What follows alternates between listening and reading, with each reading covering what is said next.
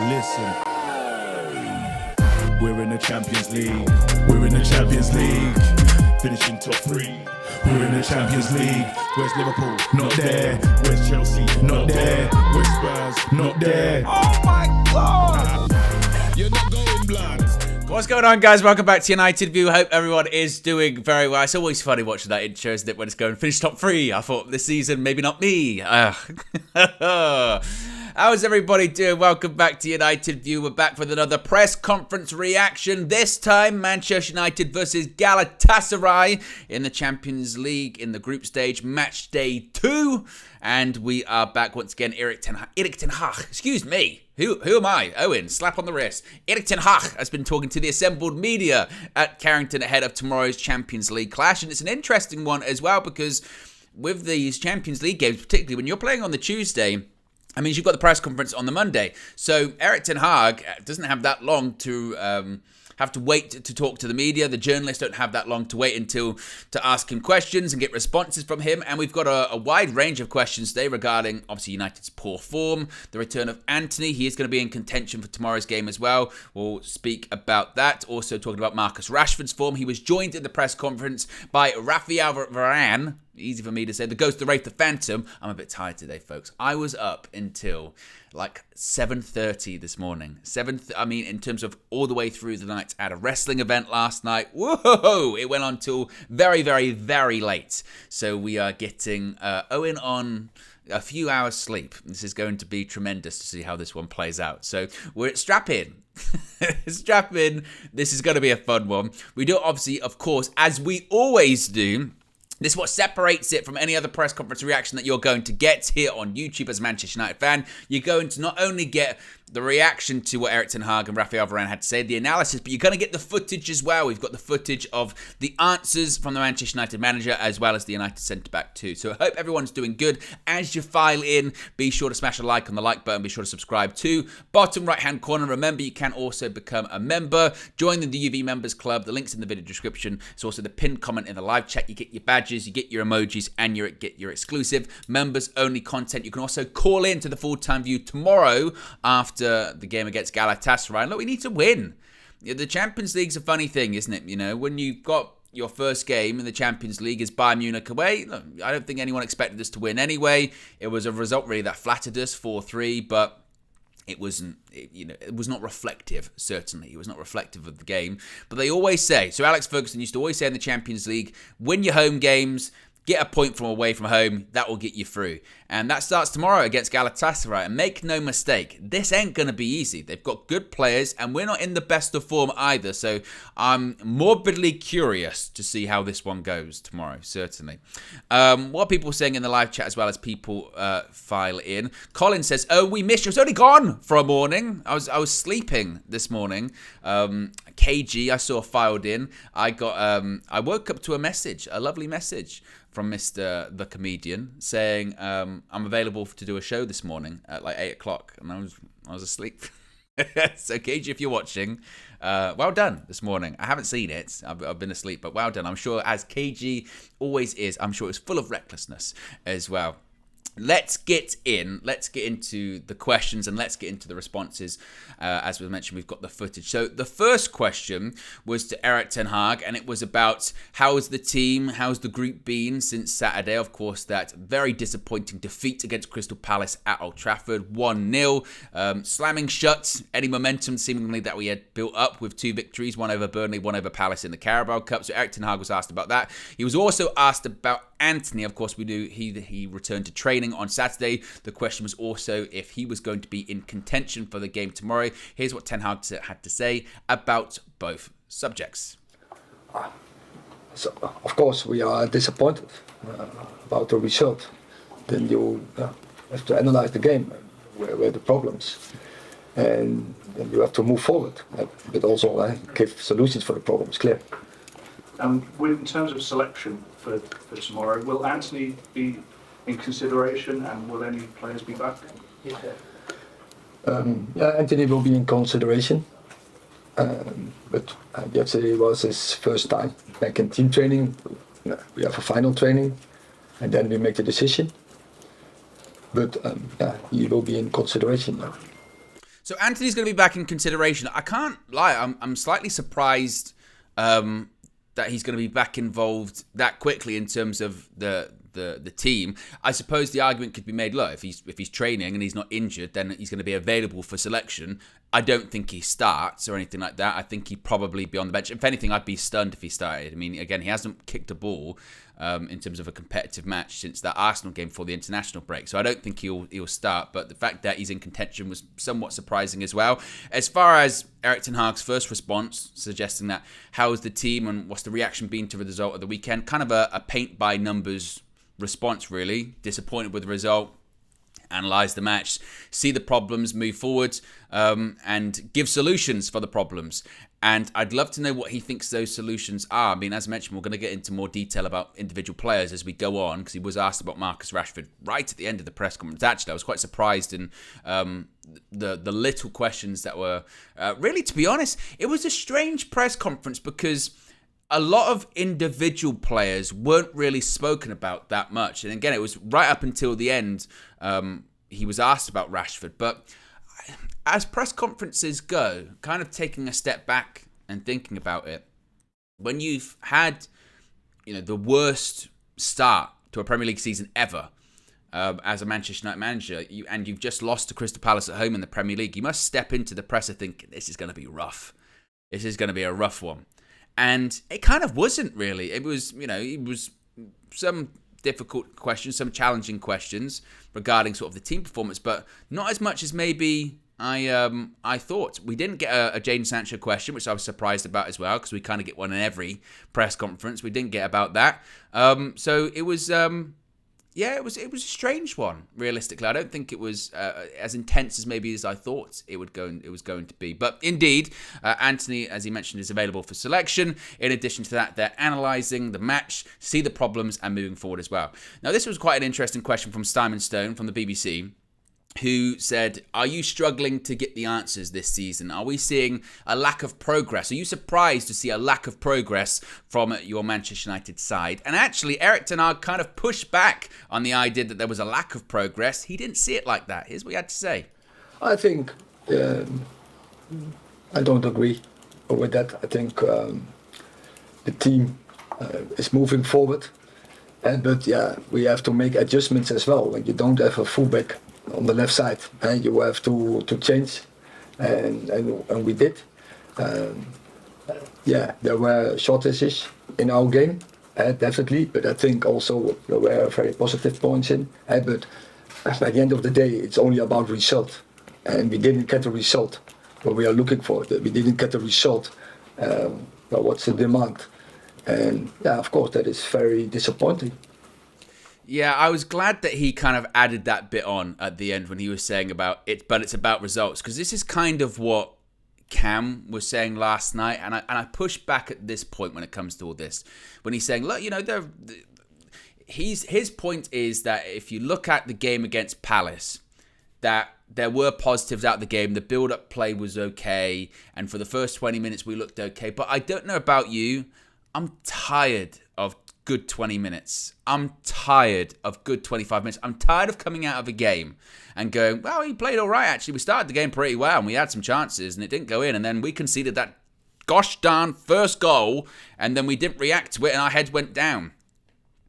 That ain't enough. Football ain't played over 20 minutes. Nowadays, it's not even played over 90. It's played over 100. That's a completely separate thing. But I just... as he mentions, I'm glad he added that bit on the end where he said, but it's about results. That's all that it's about. It's only about results in football. When you're the Manchester United manager in particular, it's about results. And that's the difference between now and between the end of the season, really. This is my point when I say I don't think we've regressed so much, as I just don't think there's been a lot of progression from over the last sort of 6 or 7 months, really. Because if you look at the end of the season, last season, we really were stuttering. We really were sort of, we were falling over the finish line. And looking at a Liverpool side that was really starting to get up and run again, starting to roll, bringing players in as well, we were looking over our shoulder and we just about got the top four. Say in the intro, it says finish top 3, but we were stumbling. And we're still kind of really the same at this point, where we're playing in patches and we're still, yes, you can say there are positives, but they count for nothing if you don't win football matches. And it looks a positive spin you have to put on it. You can't go into the press conference and be like, we're doing nothing right, we're playing awful. But it's tough for me to see those positives when the results are consistently pretty similar, which is ultimately so far this season defeats, particularly defeats at home, which we weren't having last season. And tomorrow, to be honest, performance be damned, really. He gets asked this a bit later on, talking about performances versus results, but performance be damned, it's about results at this point. Just get the win. And the problem is we were saying that against Palace in the Carabao Cup. We were saying that against Burnley away, and we did. But it really is a must-win tomorrow. And as far as a lack of progress, it's a fair question. I think it's a fair question to be asked of Ten Hag, saying, well, did you... I think everyone expected more progress this season. I think people thought, second summer transfer window, we'd be getting closer to an idealized style of play at Ten Hag, and that's not there yet. He did compromise on his style of play last season. I wonder if he's going to have to do something similar this season as well, because the style of play, I don't know, if certain players isn't working. It's tough. It's very, very tough. And as I mentioned, I think the idea that there's a lack of progression, I think is fair. I mean, it's still very early on in the season, but the signs aren't looking good thus far. Let's go to the super chat here. Marcus says, I have no idea what this manager's style is. The dressing room is toxic. We don't deserve Champions League football next year. It's a horror show. Help, drop Rashford. Well, I wouldn't go super far with some of the things you've said there, Marcus. I mean, I think, when it comes to dropping Rashford, I think that should absolutely be a consideration, and I think he should do it. I don't think he will, but I think he should. As far as we don't deserve Champions League football next year, I mean, we still have to. It's still a long season ahead, and that is where it is to say, look, you can see the direction it's heading in, but you can't write the season off in October. You can't. As far as the dressing room is toxic, I have said that I do think there are still issues in that dressing room. It's clear to see that. As for what the manager's style of play is, I think we've seen at other clubs what it is. I don't think we've seen that close to at United as well. But to say that we don't deserve Champions League football next year, I mean, we can't say that at the moment because we just don't know at this point. That's a bit too far to say. Jan says, Owen, it feels like no one is accountable at the club. Let's go to the next question. Let's go to, this was after the progression question, was about to Rafael Varane, who, as I mentioned, was in the press conference with Erik ten Hag today. And the question was, you know what it takes to win at this level? How far away are Manchester United from winning the Champions League? Now, he answered this actually a couple of times in this press conference, and I thought, Rafa, I appreciate you putting a positive spin on this one. But his response when he was asked, you know what it takes to win? How far away are Manchester United away from winning this competition? I think that competition, it's about details, and you have to be efficient to win that competition. And that moment on the last weeks, I think it's what we can improve. It's to be more efficient in front of the goals. With a very low number of occasions, we concede goals, and we need to create a lot to score. So that's the reality of the top level. You have to be efficient to win big trophies. So I think we have the quality in the squad to play and to win that competition. But we have to improve, and tomorrow it's a great opportunity to get the first points on that competition and to move forward and to improve. Right, let's break that down. First of all, he is right when it's about being efficient. Manchester United have not been efficient in front of goal. And that's towards the end of last season. And we've got in decent positions to score goals. The most efficient we were in front of goals against Palace in the Carabao Cup. But he's right, we should be more efficient. But, him saying, we're not conceding that many goals. We are. I mean, we are conceding goals. I mean, you look at 2 at home against Forest. You look at... obviously, the 4 we conceded against Bayern Munich. The 2 we conceded against Spurs, 3 against Arsenal. We are conceding goals. And now, don't get me wrong, I'm not suggesting that the injuries haven't played a part in that. We haven't played a settled back four all this season. That's true. And I do think that's a part of it too. But at the same time, it's about details all over the pitch as well. That's part of it too. And I think it goes back to what Erik ten Hag was saying in his post-match press conference after the Palace game, and I think Varane's essentially saying the same thing there. It's about decision making. It's about being efficient. It's about when, particularly in the Champions League, it's one thing to be, creating chances in the Premier League and not taking them. When you're in the elite competition, like in the Champions League, if you get chances earlier on, you have to take them. You have to take the chances. And to be honest, again, it's the same really in the Premier League, but particularly in the Champions League. We've spoken about it earlier on. We play great for 20 minutes. We play great for 25 minutes. Usually within that 20 to 25 minutes, United create a pretty gilt-edged chance. Or as a fan, you sit there watching it and you go, oh, we should be 1-0 up. We should be 2-0 up. Can't believe we didn't take that chance. I can't believe we missed that. I can't believe this player's screwing up the build-up or whatever it may be. And it's in those moments you have to be efficient. It's in those moments you have to take your chances. But I feel like it's Groundhog Day because we've been saying this for the better part of 6-7 months. Towards the end of last season, we said the same thing. Got to take your chances because this is whether it's the Premier League or particularly in the Champions League. If you don't take your chances, teams will punish you. And games are about momentum. And especially when you're playing at home, but also away at home as well, is that when you don't take your chances, the opposition says, well, we didn't start that well, but we're still in the game. We should be 1-0 down, but we're still in the game. We still got momentum. And then the pattern is good 20 minutes, don't take chances, concede, head down, capitulate, game over. I mean, it's so predictable every single time. And I don't know what's more infuriating, watching it happen every week or also, watching it happen. The players and the manager knows that this is the problem and it still happens. And it was the title on the Full View yesterday. It's mentality. It's a mentality problem. It's being clinical. As he said, he's won it 4 times. And he played with a bunch of players, particularly at Real Madrid. Oh my goodness, clinical. Whether it's Ronaldo, whether it's Benzema, whether it's Gareth Bale, whoever. Get an opportunity, take it. That's what you got to do. Tomorrow, if we have a good opening 20 minutes, which let's face it, we probably will. That's the pattern that United are in at the moment. A good opening 20 minutes, get a chance. Please take it. Please score. And then don't let the game sort of meander into sort of the 30 or 40th minute and they start to get into the game. Maybe they score and it's here we go again. Let's kind of break that cycle. Please. Please can we break that cycle? Now, the next question was put to Ten Hag was about a big topic coming out of the weekend, not particularly related so much to United. It was more obviously based on the Liverpool-Spurs game, but it's a topic that I've been talking about here in these press conference reactions, in whatever, I feel like for the better part of 2 years, and that is refereeing in the Premier League, refereeing in general, the use of VAR, the use of technology.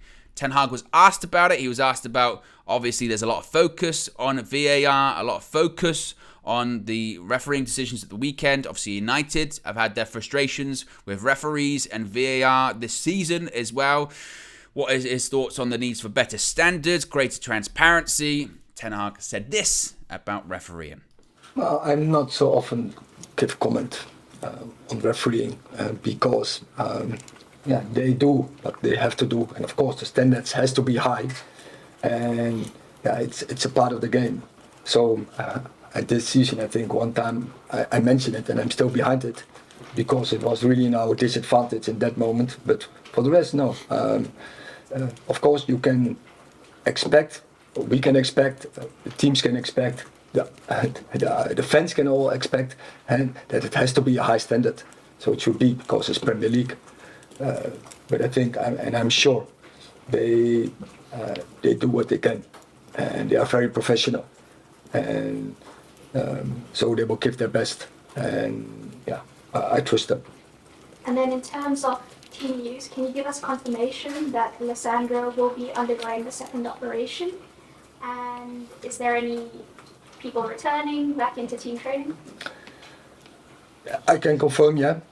Antony, Licha Martinez will have to undergo surgery, and so the team news is that probably Anthony Dos Santos can return. So Ten Hag confirming there that Lisandro Martinez has undergone surgery, as was reported. I don't know if he said he actually has undergone it today or will undergo. So I don't know if he's actually officially undergone it. But obviously, hopefully he can get back sooner rather than later, and also get back fully fit as opposed to being rushed back. United should take their time with it. We already spoke about Antony being available for in contention to play tomorrow. But I want to talk about referees. I want to talk about VAR. And this isn't, again, more directed about, United, United have been screwed over by referees, because I have said this time and time again. Park your, allegiances to whatever club. This isn't an excuse. I'm not saying that because of shitty refereeing, United have had a bad start to the season. United have had a bad start to the season because we've been rubbish and we've not been good enough. But when you're asking about VAR and you're asking about officiating in the Premier League, I've been saying it for the best part of 2 years. The referees in the English Premier League are shit. They are rubbish. And it's getting worse. Now, I'm not a proponent of scrapping technology and scrapping VAR, because what worries me is that these referees are so bad that without VAR, it will actually be worse, because they still miss blatant stuff. I mean, sometimes VAR overturns stuff that you go, how on earth did you not see that? How did you not see that in the first place? The fact that you have to have technology to bail you out is alarming. I understand they're humans, but they are way off it.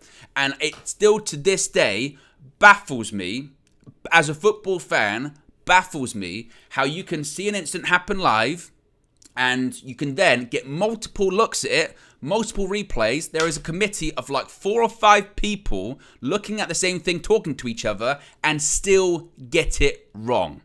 That to me is inexcusable. And the Premier League, they play a part in this. I know the PGMOL do. I understand that. That's awful. Howard Webb, he should resign. I'm sick of him coming out on TV saying we're trying to improve the process. Your improvement of the process doesn't work, and it's not working. But the Premier League, they're not out of this one as well, because after the World Cup last season, everyone saw the use of the automated offside system. They saw how quick it was, they saw how reliable it was, and when you make things automated, you remove human error out of it. Everyone said, why don't you do that this season? Why don't you put that in? The Premier League said, no, we're not going to do that. We're going to add 4 new cameras into the ground. Well, how are the 4 new cameras going right now?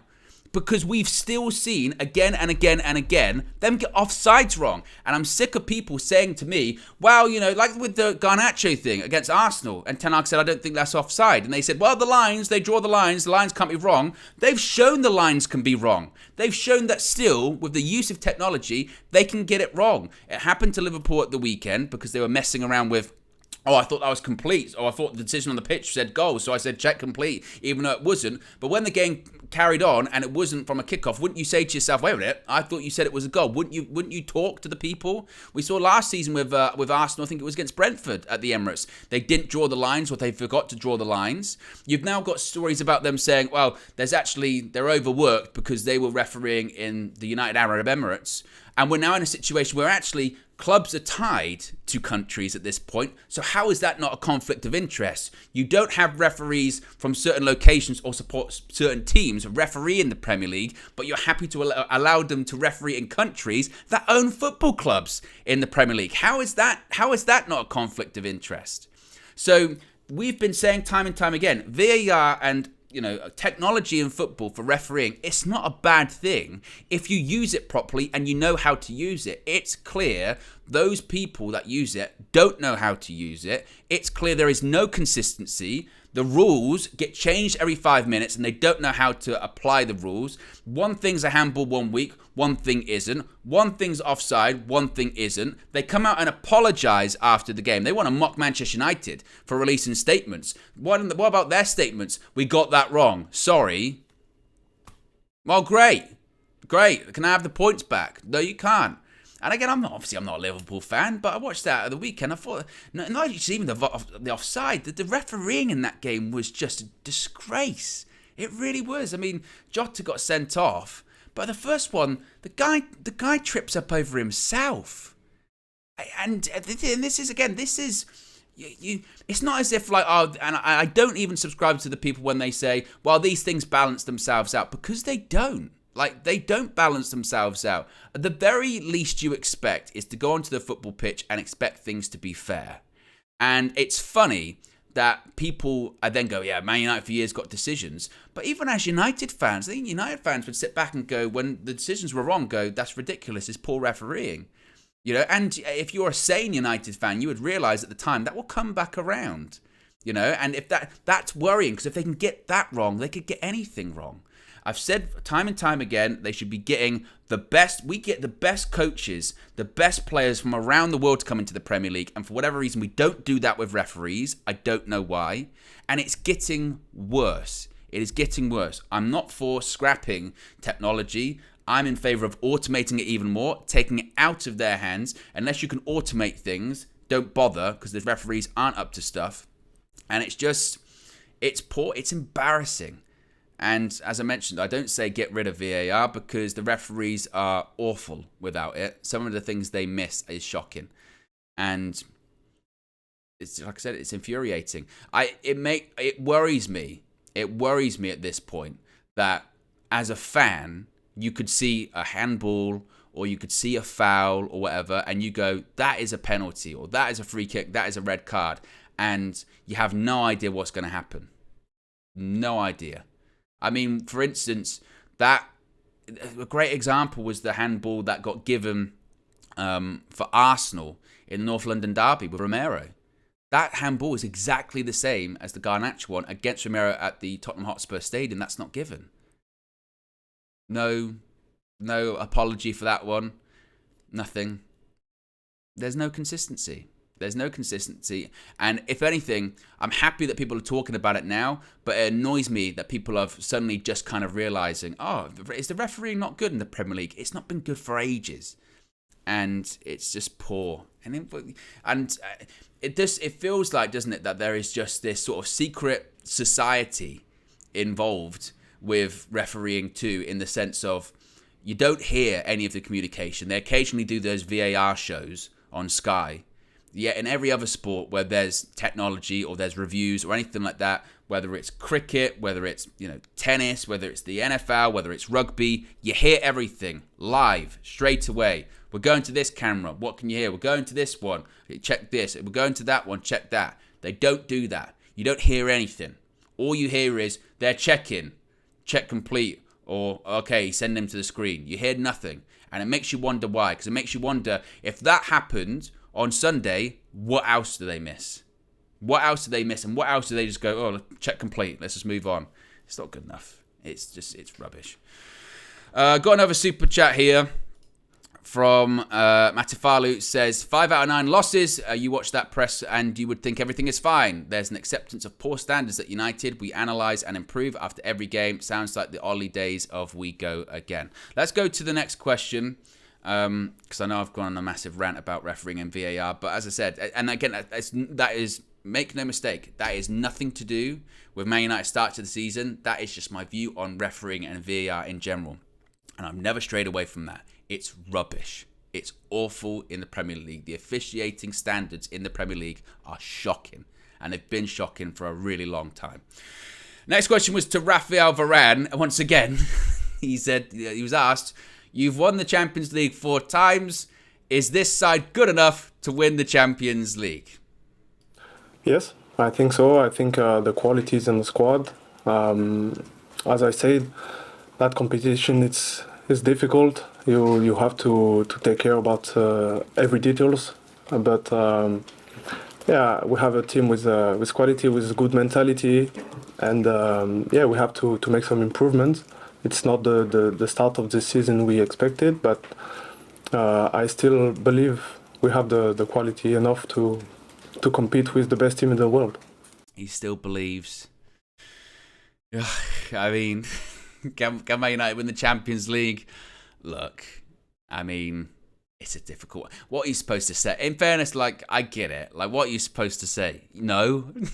What message does that send out, right? Because if you're asked at a press conference, can we win the Champions League? No. What's the reaction to that going to be? There are other ways maybe around answering that question. Can this side win the Champions League? It's a very difficult competition to win. We'll do everything we can. We'll do everything we can to win our games. Sometimes it's about, it's a bit of luck and it's about putting in performances. Maybe that's the right answer to do as opposed to straight away, yes. Yes, we can.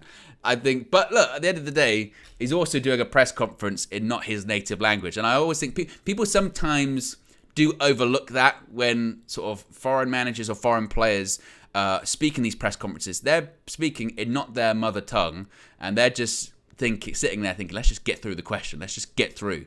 But it's one of those questions that it is kind of pointless. What's he going to say? Nah, we're shit.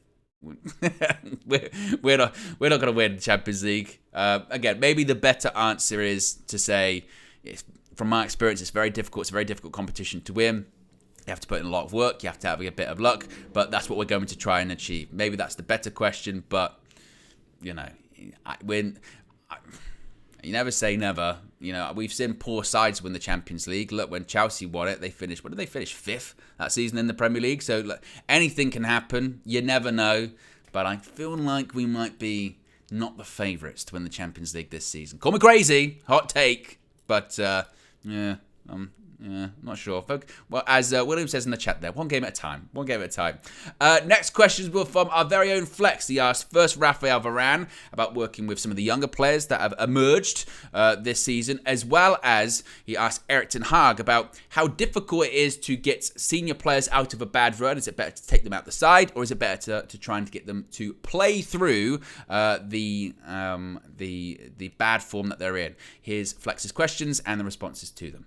Thanks. Rafa, you've obviously had a fantastic career yourself and you're an experienced player now. We've had some young players coming into the team, the likes of Hannibal, the likes of Garnacho, and obviously Højlund's very young. How do you think the youngsters have done this season, and how important is your role as like a senior father figure now to these players to help them?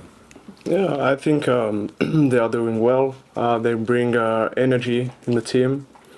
They are still learning, that's normal, and the players with more experience, it's important to show by example, to lead by example, and to communicate with them about everything, about how to be professional, how to play, to support the pressure, to be calm and determined during the games. So we have a lot to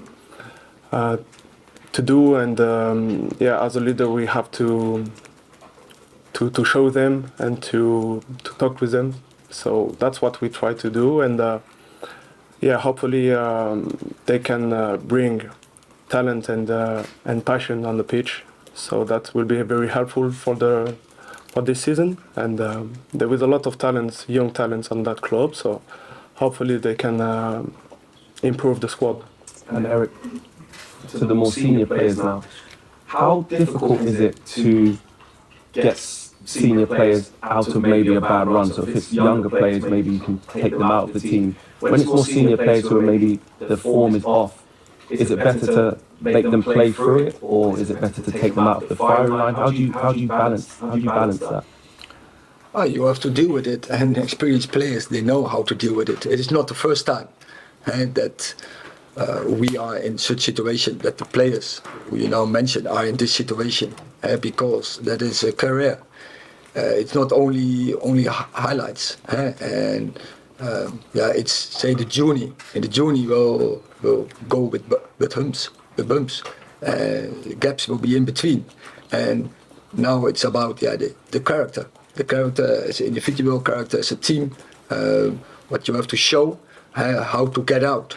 And as you see, there are many positives in the game, but also some lacks, and we have to work on the lacks. And so keep the positives, but work on the lacks and the deficits we have in our game. Well, I don't know about you. I'm just very happy that he didn't ask a question about goalkeepers. The last 2 times we've had European fixtures, one in Sevilla for the Sevilla game, the one in Munich he asked the manager about goalkeepers, and they had a bit of a stinker the next game. So he didn't ask about that, so I'm happy. Well done, Flex. Well done. But yes, very good questions. As far as when it came to what he said about Raphael Varane said about the youth players as well, I thought it was quite interesting, saying he says they think they're doing well, bringing energy to the team, but also spoke about his role as a senior player, how to sort of guide them, show them how to be professional, how they can bring talent to the pitch and the position as well. It's quite interesting, actually, with Flex asking about, how does Ten Hag sort of manage the more senior players when they're not informed? Because as he points out, if it's a younger player, they're not playing well, you just take them out of the starting lineup. You put them on the bench, go, they're struggling a bit, I'll take them out for a little bit. Senior players is a bit more difficult, particularly Marcus Rashford. What do you do? And with Ten Hag saying, look, you just kind of have to deal with it, basically. Experienced players should realise that this can happen to you, and you have to sort of, you have to show character. You have to get out there. There are positives in your game, but you need to improve upon that. I think, everyone would assume that you're talking about Rashford in that situation.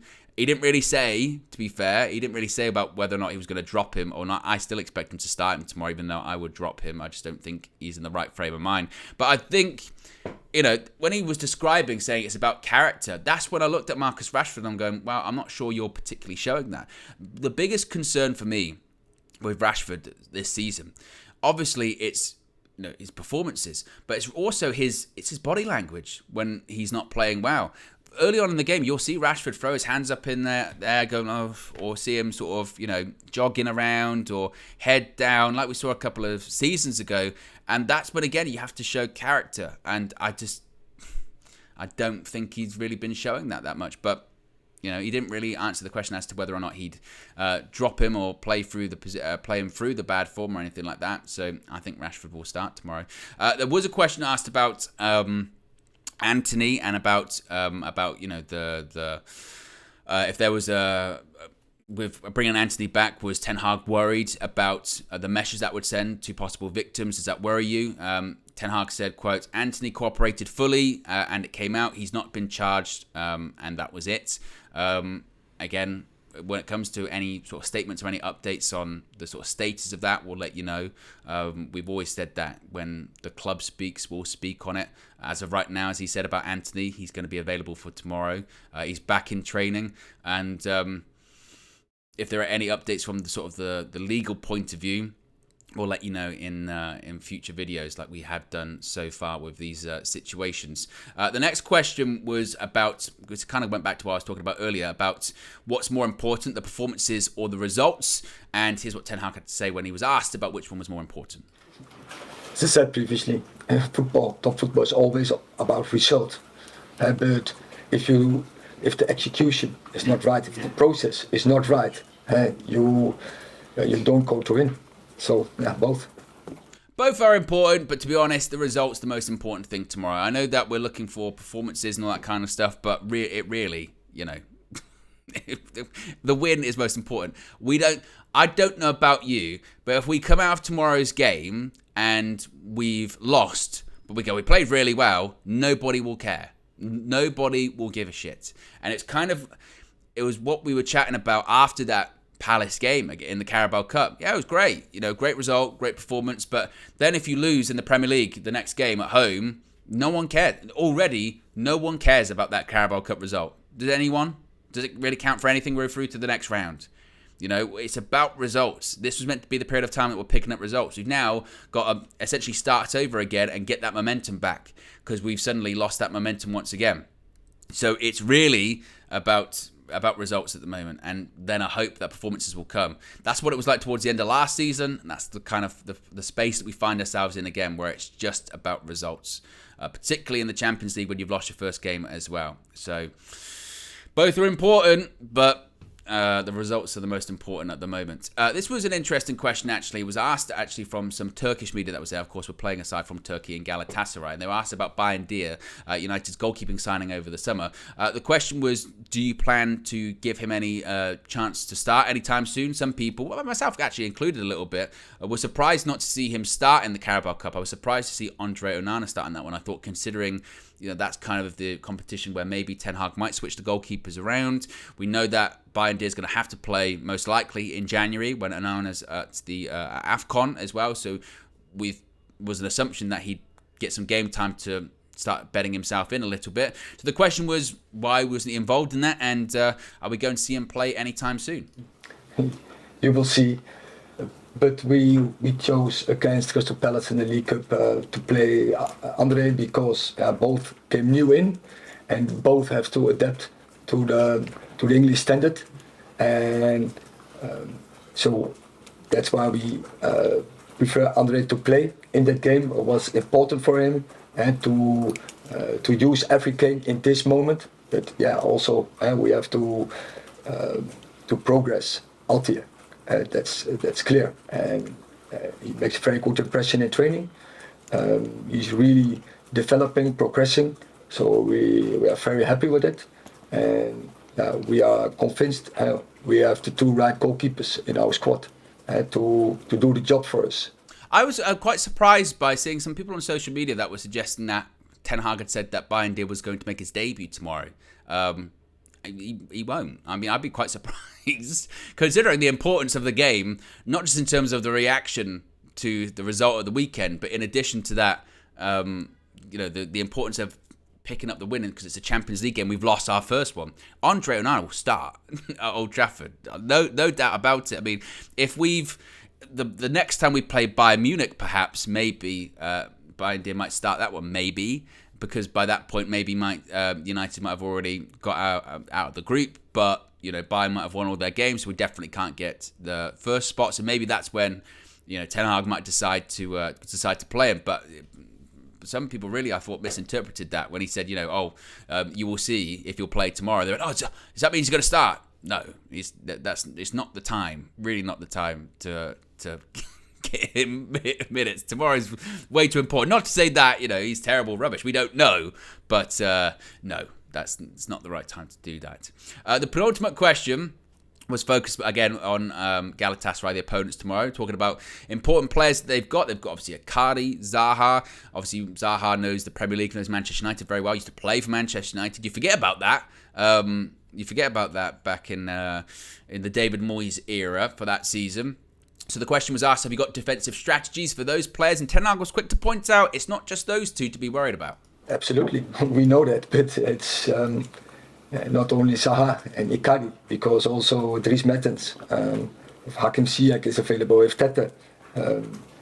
So they have huge, good players more. Angelino, who can be very offensive and creating game by. So they have a lot more, and it's about team. And we have to defend that as a team. And we will be aware we have to play our best to get the right result. I think that's important to point out by Ten Hag. And I think some United fans have maybe overlooked this a little bit. Obviously, we should be beating Galatasaray at home. But it's not going to be a walkover, considering how we're playing and some of the players they've got.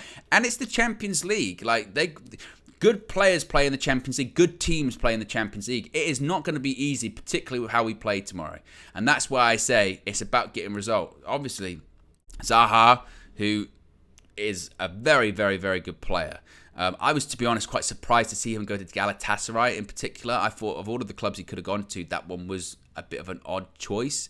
But, Icardi, obviously there's a lot of noise that surrounds him off the pitch. But he's a very good striker. As you mentioned, Mertens, Ziyech, they've got quality players. And to the point that, yes, United should be winning that game at home. But if United play how they've been playing recently, they'll get punished. They've been getting punished in the Premier League. And Galatasaray, they're a better team than Crystal Palace. And that's got even the more frustrating thing with the Palace one as well, is that they're not a good team. They're not an amazing team. They, scored from a set piece in the low block. That was it. Galatasaray, they'll come to play tomorrow, and that's going to be really tough. So United have to be up for it, no doubt about it. Have to be up for it. Final question was about Marcus Rashford. And actually, it was a question that kind of got sort of shoehorned in right at the end because that was meant to be the final question, the one about the sort of defensive strategies for the Galatasaray players. And just as they were kind of sort of leaving, it was asked about Rashford. And it was the first time in particular, by name, Rashford was even mentioned in the press conference. And the question was put to Ten Hag saying, look, Rashford's not playing with confidence, not scoring goals. What can you do to get Rashford back to his best? And Ten Hag's answer was actually very interesting. The facts are that he is not scoring at this moment, but also he had the opportunities. If I think, for instance, the game against Brighton, he had 5-6. He was in 5-6 occasions. He was in a very good spot, and if he works hard and if he invests so every day and go in every game with the right focus, and if the team also around him supply him and help him, support him with movement, then it will come. And then Marcus Rashford is a player who is capable, who is always to score goal in every game. And when he's coming in the right spots, he will score. I mean, the thing is, when he's saying that, I thought it was interesting what he was saying if he works hard and invests every day with the right focus, if the team around him supplies him and helps him with movement, then it will come. I looked at that, and you could look at it several ways, but I could look at saying, well, are you suggesting that he's not working hard and not investing every day, and he doesn't have the right focus? Because you could certainly perceive it that way. I push back on Ten Hag saying, also about the team supplying in and helping with movement. I don't think there's any problem in that department at all. In fact, if you look at the game against Palace at the weekend, I think the team did everything they possibly could to give Marcus Rashford the ball and to move around and make gaps for him and make moments for him. You look at that clip that was going around on social media of the amount of times he had chances in the first half to take on the fullback or link up the play or find a player. He got the ball so often, and the players were giving him the ball as much as possible. And Rasmus Højlund, bless him, he's in the box trying to do as much movement as he possibly can to lose the centre-backs and trying to make positions for himself, make a little bit of distance, so if the ball comes in the box, he can put it in the back of the net. So I don't think there's any issue with Rashford's teammates or any issues with, the link-up play or movement or anything like that. It's like there's just not. There's not any issue with that. The issue is with Marcus Rashford. The issue is with Rashford's form. It's with Rashford's decision-making. Now, he's not going to come into the press conference and be like, I don't know if he can ever get back to his best. But, again, at the same time, it's not just about Rashford scoring this season too. That's also part of it as well. Last season, it was about Rashford getting goals because who else was getting them? There was no one else getting them. There was no striker available all season. So the burden was on Marcus Rashford. This season, it's not just about that. Yes, you want Rashford to be scoring goals, but you also want him to be creating. You also want him to be getting assists. You also want him to be linking up with the play better. And that's what he's not doing. It's infuriating to watch. It was absolutely infuriating to watch that in the first half against Palace. And to the point where I thought, well, this is to the detriment of the team at this point. And this is where I say he should be taken out of the side. He should be on the bench, because I know that we can talk about Alejandro Garnacho and struggling to start games, but Rashford's performance was so poor on Saturday that even a young Alejandro Garnacho starting, and he's not the best starter, that would have been a better option. He would have offered more. Because Rashford didn't offer anything, and he had a lot of opportunities to do it. I think it's one thing to be on the periphery of the game and not being involved, but he was involved, and it wasn't there, and it needs to get better. And I look at Rashford and I say, right, you thrived last season for a period of time in a team whereby really everything went through you. And you were the main focus, and you were the main attacking sort of focal point in that team, again, because we didn't have a striker. So everything was on you. So when it's upon you to take on fullbacks and there's no real runs in the box, it's about you. You can play well there. Do you have that sort of tactical agility that you can adapt to a new style of play? You can expand your game to be more than just, I'm going to run up fullbacks and I'm going to take shots. Can you expand your play to be like, when it's on the counter-attack, I find the right pass? Can you expand your play to be like, right, my link-up play is going to be looking for balls across goal, so the striker, which is their primary function, can score goals? And I don't I don't know that if that's where he can adapt. So far, the answer would be no. And if you're Ten Hag, you would say to him, prove those people wrong. The best players can adapt. The best players can adjust. And so far, it's not it this season. And I've seen people get angry when you say this about Rashford, going, but you got really short history, revisionist history. That's not to take away what Marcus Rashford did last season. Marcus Rashford had the best goal scoring season of his career. I'm not saying that didn't happen. Because without Marcus Rashford's goals last season, we wouldn't have finished third. We wouldn't have won a Carabao Cup. He was really instrumental and important in that. But at the same time, football is a what have you done for me lately sport. And you're only as good as your last match. And the last matches for Marcus Rashford haven't been good. They haven't. And it feels like regression as opposed to progression with him, because last season it felt like he progressed in terms of maybe trying to take that step up into being a top quality player. But we all said it. One season's great, a purple patch in a season's great. The best players do it season after season after season after season after season. You look at like a Mo Salah at Liverpool, and let's face it, Marcus Rashford is nowhere near a Mo Salah. Mo Salah, even in his worst season, is still putting up numbers, scoring goals, and it's not just scoring goals as well, it's passes. Some of the passes he makes for his teammates, he finds the striker, I know you could say back, Mane and Salah were angry at each other, but they were still finding each other, the link-up play. Even you look at Bukayo Saka, brilliant season last season. Already this season, he's doing it again. It's not just one season, it's constant, it's consistent. And that's what the best players do, and they adapt.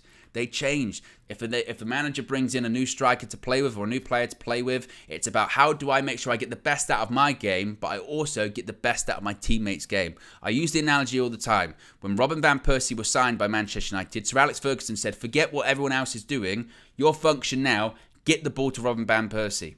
Get the ball to Van Persie. He will score goals. He will win us the league. Now, Wayne Rooney, who got shifted around. That's why I think people sort of overlook just how good Wayne Rooney is. He played all sorts of positions throughout his career. All sorts of roles. Striker, number 9, score goals. Number 10, link-up play. Sometimes out wide. Sometimes even deeper into midfield later on in his career as well. That's what he did, So, again, for me, I think that that's the thing with Rashford now. The questions are to be asked about that, certainly. There you go. But there you go, guys. That's the press conference reaction for you. Appreciate everyone that's tuned in as well. If you haven't already, click the like button. How many likes are we currently on? Not even at 200. Oh, my goodness me. Not even at 200. We can do better. We can do better. So if you haven't already, click the like button. Be sure to subscribe. Of course, there's a ton of content coming today from the presser. Obviously, the full presser, I think, has probably been uploaded at this point. Flex's question will be uploaded too. There's an open training session too. So that's going to be put up there so you can see the Manchester United players preparing ahead of tomorrow's game. Of course, tomorrow it's match day as well. So you'll be getting road trip. You'll be getting match views, fan views, full-time views, all that fun stuff. And here's hoping we can bounce back with a victory. Fingers crossed. Have a good one. I'm out of here. Peace.